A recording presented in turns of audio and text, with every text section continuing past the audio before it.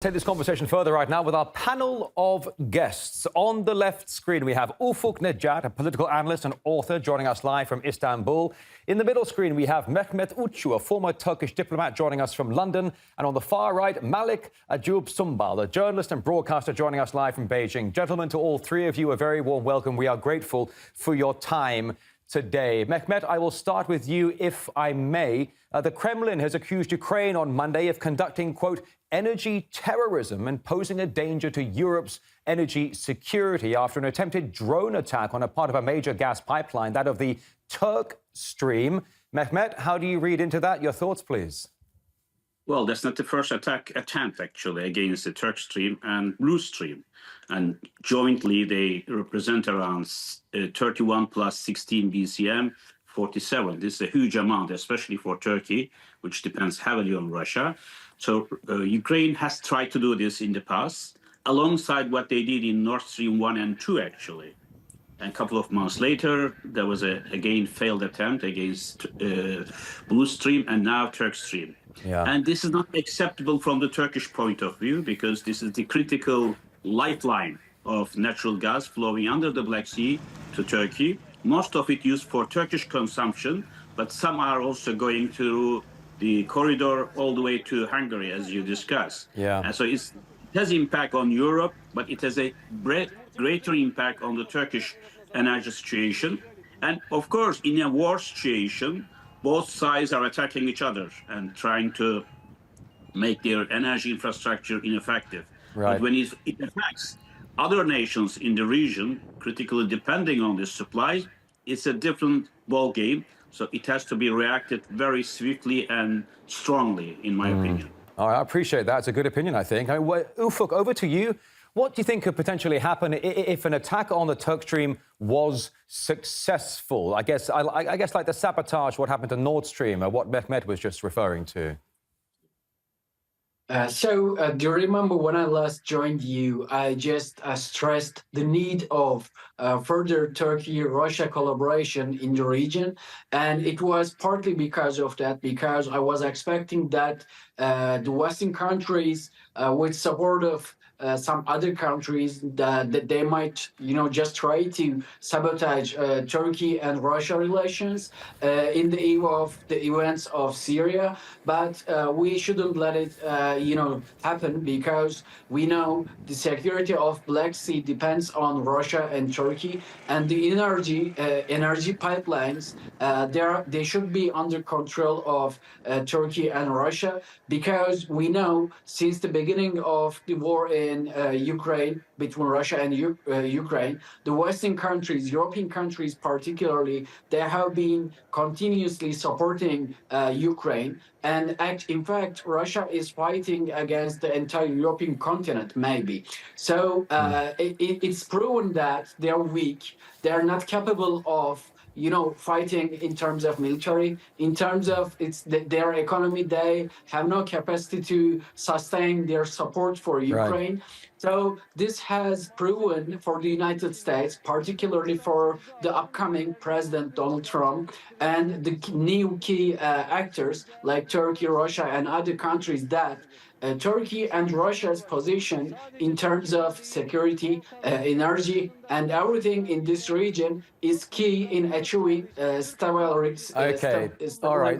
So Turkey and Russia need to collaborate more together. They need to work on, securing the energy infrastructure, and also just try, just quickly, Ufuk. Look, Turkey's been helping Ukraine amid this conflict, selling the Bayraktar drones and sending other types of help as well. And yet here we have an attack on the TurkStream. Malik, you are itching to say something. You're looking really impatient over there. You got something to throw at me? What do you want to say, Malik? Thank you very much for having me. And I think that energy, it's not first time that European Union and the European bloc is using energy as a leverage in Russia-Ukraine conflict. So in terms of this, like the Turkey, and if we say that now, but now that we see that the smaller countries are coming into this energy conflict, and the Europe is trying to drag like those countries like who are heavily reliance on the Russia and the Turkey gas. So let's suppose I give the example of Hungary foreign minister have a legitimate reservations and concerns about the sanctions that they are putting on the Russia. It would highly not only affect Hungary, but it's even goes beyond to Slovakia. So now the Slovakia Prime Minister also written the letter to Vladimir Zelensky that being Slovakia, like 500 million that the euros that they get, it's a big amount for a country. Slovakia. And Europe is now pushing the smaller countries, the smaller member states are those countries who are reliant on this energy as a tool and as a leverage in the Russia-Ukraine conflict. Yeah, I think it's a very fair comment. I mean, even the Hungarian leadership, Viktor Orbán, came out recently saying Zelensky is prompting a brand new EU energy crisis. Mehmet, over to you, if I may. Being a former diplomat, do you think Kiev's decision to cut off the flow of Russian gas through its territory is a smart move, given that Ukraine's allies in Europe are now scrambling to meet their energy needs, Mehmet? Well, if you think from the angle of the Ukraine, I think what they try to do is a smart move because they want to cut off the Russian gas supply to Europe altogether. The last, of course, move from their side was not to extend the transit agreement, which expired at the end of last year. And now TurkStream is the only way moving gas, Russian gas to Europe. And this is causing a huge price to Europe, actually. If you look at the energy-induced inflation, 300 times, almost threefold increase in the cost of energy to EU, cutting their competitiveness. Who is gaining from this is actually the US. If you look at the US LNG exports to Europe, now number one in the world in LNG, of course, US, 55% of US LNG going to Europe. Turkey is also getting the bulk of it. So pipeline gas from Russia versus LNG from the US. But the biggest cost is occurring in the EU, paying this price. Now, this attack attempt is happening again just before Trump is saying that both parties will come together, will have sort of a settlement between Russia and Ukraine, is a maximalist approach before both sides sit around the table. But I suggested that for Turkey to bring this up, even in the NATO context, because it's a NATO member country, NATO has a responsibility to protect the critical energy infrastructure. Turkey might also consider joining the Russian Navy to protect this pipeline across the Black Sea. Therefore, it's a critical national security matter for countries like Turkey. Right. Because, as I said, we consume in Turkey around 55 BCM of gas, and there's three pipelines actually bringing almost 47 BCM of gas. This is an enormous amount. Of course, there are disputes between Russia and Ukraine. Of course, they attack each other's energy infrastructure. But when it comes to affecting the neighboring countries or partners or allies, I think this is a different ballgame. And I think US, UK, Ukraine, Russia, and Turkey should be, I think, talking about this very seriously. Otherwise, there is a risk that the war might be spreading around. Yeah, it's a good comment there. Ufuk, back to you quickly. I'm running a bit low on time here, but there is speculation that the US imposed these sanctions on Russian energy supplies just so it could sell more expensive LNG to Europe. In your opinion, Ufuk, is that a sustainable energy policy for the European Union?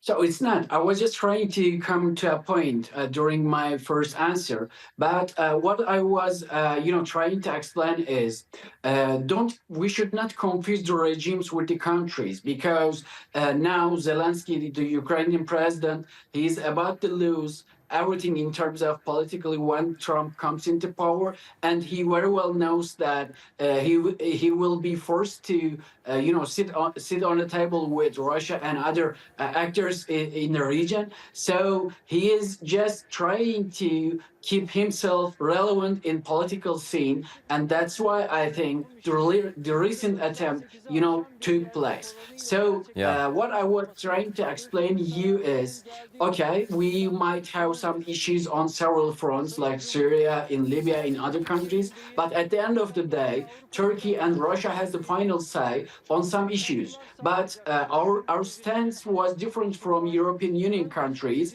in the past few years. But we have started seeing the change. So just yesterday, I think, we saw the debate between Baerbock and German Chancellor Scholz, because Baerbock just left the meeting. So it seems Germany is also even trying to adapt the policy of Trump ahead of his inauguration. So once Trump comes into power, I think we will just see further collaboration between Turkey, Russia, and United States that will leave the Europeans alone in the continent. So that's why they have been trying to sabotage this process. So I think there will be also some serious changes in European Union. That's why they have been just trying to just spread the chaos along with Zelensky. Maybe All right. this is the point I was trying to. That's a fair point, Ufuk. Okay, I appreciate that. Malik, I'm coming back to you quickly here.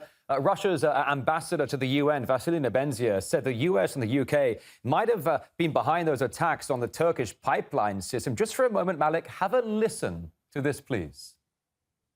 The January 11th attack on the compressor station of the TurkStream gas pipeline in Russian Krasnodar region stands out in the series of attacks by the Kiev regime. Let me remind you that the day before, the expired Ukrainian president refused to extend the contract for transporting natural gas through Ukraine to Europe, taking a significant step towards further undermining the economic potential of the old continent. We have every reason to believe that the attack on the TurkStream infrastructure was carried out under the guidance of Washington and London, who are interested in hooking the EU on expensive LNG from the United States. It is worth noting that these two countries are precisely the ones obstructing the initiation of an impartial international investigation into the terrorist act regarding the Nord Streams in September 2022. The conclusions, so to speak, are obvious.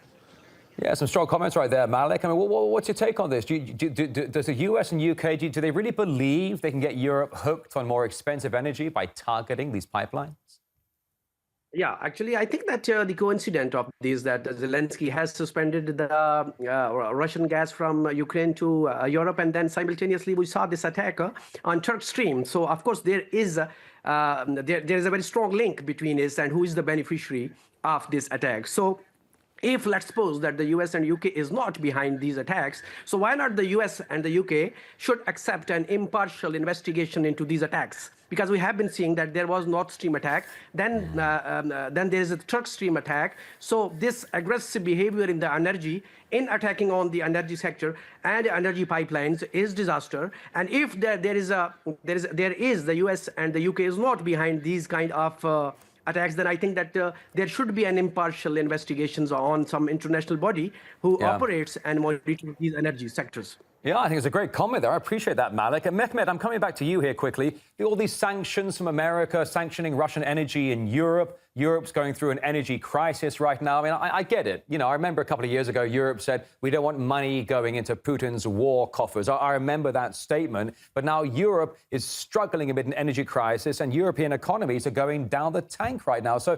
my question to you is it Zelensky who's throwing his sponsors under the bus in Europe, or is it coming from America? Is it America that is throwing Europe under the energy bus? Well, in Europe, many leaders and the public at large are worried about what's going to happen this winter and further down. And the competitiveness, as I said, decreased significantly vis-a-vis US and China. And therefore, there is a need in the in Europe to pull together. But clearly, in the war between Russia and Ukraine, US and UK plays a primary role in terms of advising, providing advanced weaponry, intelligence, and the tactics, of course. I have no doubt that as in the Nord Stream 1 and 2, it happened, the same applies for the TurkStream. So there was definitely a strategic brain behind what happened in the recent failed case. I hope there is not going to be a third attempt. But we have to recognize also that there is a war going on.